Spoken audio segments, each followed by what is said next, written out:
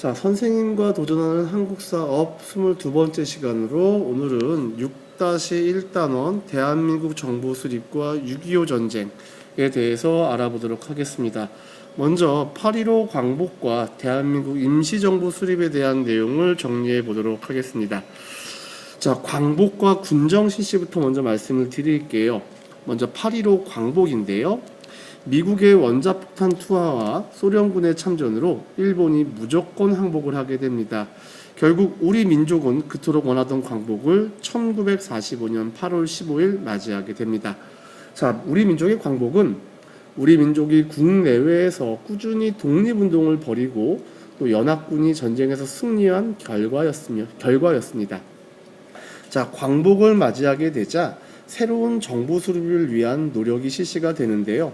여운형이 중심이 되어 조선건국준비위원회가 조직이 되었고요.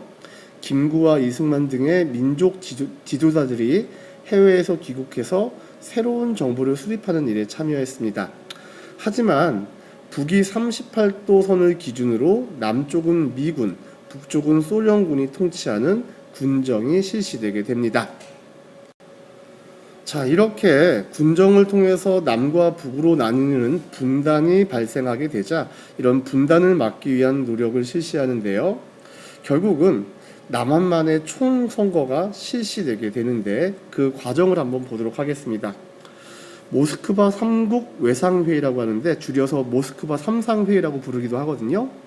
자, 1945년 12월 미국, 영국, 소련 이 세 나라 대표들이 모스크바에 모여서 한반도 문제를 논의합니다. 이때 결정된 내용이 무엇이냐면 한반도에 민주적인 임시정부를 수립하는데 미소 공동위원회를 설치하고 미국, 영국, 소련, 중국 4개국에 의해 최대한 5년간 신탁 통치를 한다는 내용이 결정이 됩니다. 이 결과 신탁 통치에 찬성하는 사람들과 반대하는 사람들로 나뉘어서 갈등을 겪게 됩니다. 자, 미소 공동위원회인데요. 임시정부 수립 문제 등을 협의하기 위해서 열렸지만 미국과 소련의 입장 차이만 확인하고 별다른 성과 없이 끝나게 됩니다. 결국 남한과 북한에 대한 문제는 국제연합이 결정을 하기로 하는데 결국 국제연합의 감시하에 남북한 총선거를 실시하도록 결정이 돼요. 하지만 이 내용을 북한이 거부하고요. 남한만이 총선거를 실시하게 되었습니다. 자, 이러한 국제연합의 결정에 대해서 결국 남한만의 정부 수립에 대한 의견에 대해서 김구와 이승만은 서로 다른 입장을 보이게 되는데 김구는 남한만의 총선거 실시를 반대하고요. 통일정부 수립을 위해 노력을 합니다. 하지만 이승만은요. 남한만이라도 총선거를 실시해서 정부를 수립해야 한다고 주장하게 됩니다. 자, 다음은 대한민국 정부 수립 과정에 대해서 알아보도록 할게요.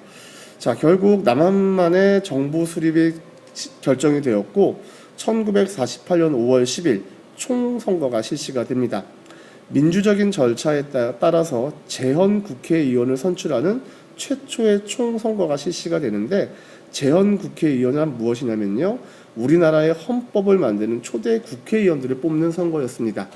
자, 그리고 나서 1948년 7월 17일 재헌 헌법, 우리나라 대한민국 헌법이 공포가 됩니다. 재헌 국회에서 헌법을 만들어서 공포했고요. 재헌 헌법은요, 대한민국 임시정부의 독립정신을 그대로 계승한 내용들이 담겨져 있었습니다. 그리고 이를 바탕으로 1948년 8월 15일 대한민국 정부가 수립이 됩니다.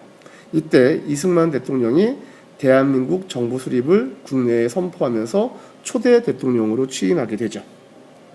자, 이런 남한의 정부 수립 과정을 지켜본 북한도 1948년 9월 9일 조선민주주의인민공화국이라고 하는 정부를 북한 쪽에 별도로 수립하게 됩니다. 자, 남과 북이 각기 다른 정부가 수립된 이후 결국 우리 민족은 절대 일어나지 말아야 될 전쟁을 겪게 되는 바로 6.25 전쟁을 겪게 됩니다. 6.25 전쟁은 1950년 6월 25일 발발이 되었는데요. 소련의 도움으로 전쟁을 준비한 북한이 38도선을 넘어 침략을 실시합니다. 국군은 3일 만에 서울을 북한군에 빼앗기고요. 그 이후 낙동강 이남 지역만 남기고 대한민국 전체 거의 대부분을 북한군에게 모두 빼앗기죠. 결국 부산이 임시 수도가 되었고요.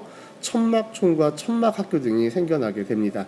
자, 전쟁 발발 당시의 모습이죠. 이 초록색 부분만이 대한민국 영토가 되었고요. 나머지 노란색은 북한이 침략하여 빼앗은 땅이 됩니다. 하지만 1950년 9월 28일 인천 상륙작전과 서울 수복을 통해서 전쟁의 양상이 바뀌게 됩니다. 국제연합은 16개 국가로 구성된 국제연합군을 파병해 주었고요. 국군과 국제연합군은 인천 상륙작전으로 서울을 되찾는 데 성공하고 38도선까지 넘어 압록강까지 진격합니다. 바로 이게 인천 상륙작전 전개 후의 모습이 되겠죠. 자, 전쟁 발발 이후와 달리 대한민국이 북쪽 영토를 수복을 했고요. 이제 북한이 차지한 영토가 얼마 남지 않게 되죠. 이런 북한군이 불리해지자 중국군이 전쟁에 참여하면서 중국군이 전쟁에 개입하게 됩니다. 결국 국군과 국제연합군은 후퇴해서 서울을 다시 빼앗기는 일사후퇴를 겪게 되고요. 국군과 국제연합군은 북한군과 전투를 벌여 다시 또 서울을 되찾으면서 이렇게 전쟁 양상이 고착화가 됩니다. 자, 3년간의 전쟁이 서로 38도선 부근에서 밀고 밀리는 치열한 전투가 3년간 계속되고요. 국제연합군이 북한군, 중국군과 휴전협상을 시작해서 결국 휴전선이 그어지게 되는 거죠. 그래서 휴전협정은 1953년 7월 27일에 휴전이 협정 체결됩니다. 우리 정부 같은 경우에는 끝까지 반대했지만 어쩔 수 없이 휴전협정을 맺게 되었죠. 자, 이런 6.25 전쟁의 피해를 보면요, 엄청난 물적 피해와 인적 피해를 가져왔는데요. 물적 피해는 건물과 도로, 철도, 다리 등의 주요 시설물들이 거의 파괴가 되었고요. 많은 문화재가 피해를 입었습니다. 물적 피해보다 더 큰 피해는 바로 인적 피해였는데요. 군인뿐만이 아니라 많은 민간인들이 죽거나 다쳤고요. 이산가족, 전쟁 고아가 생겨났습니다. 자, 이렇게 6.25 전쟁에 대해서 알아보았습니다. 자, 7월 17일은 제헌절입니다. 앞서 이야기했듯이 대한민국 정부 수립 과정 중에서 제헌 헌법을 공포한 날이 바로 7월 17일이죠. 바로 제헌절입니다. 바로 초대 국회의원들로 구성된 제헌국회에서 헌법을 만들어서 국민들에게 알린 날이 바로 제헌절입니다. 자, 우리나라에는 5대 국경일이 있습니다. 3.1절, 제헌절, 광복절, 개천절, 한글날이죠. 그 중에 바로 제헌절, 헌법이 만들어진 날이 포함된다는 거 기억해 주면 좋을 것 같습니다. 자, 핵심 개념 확인 문제 해결해 보도록 하죠.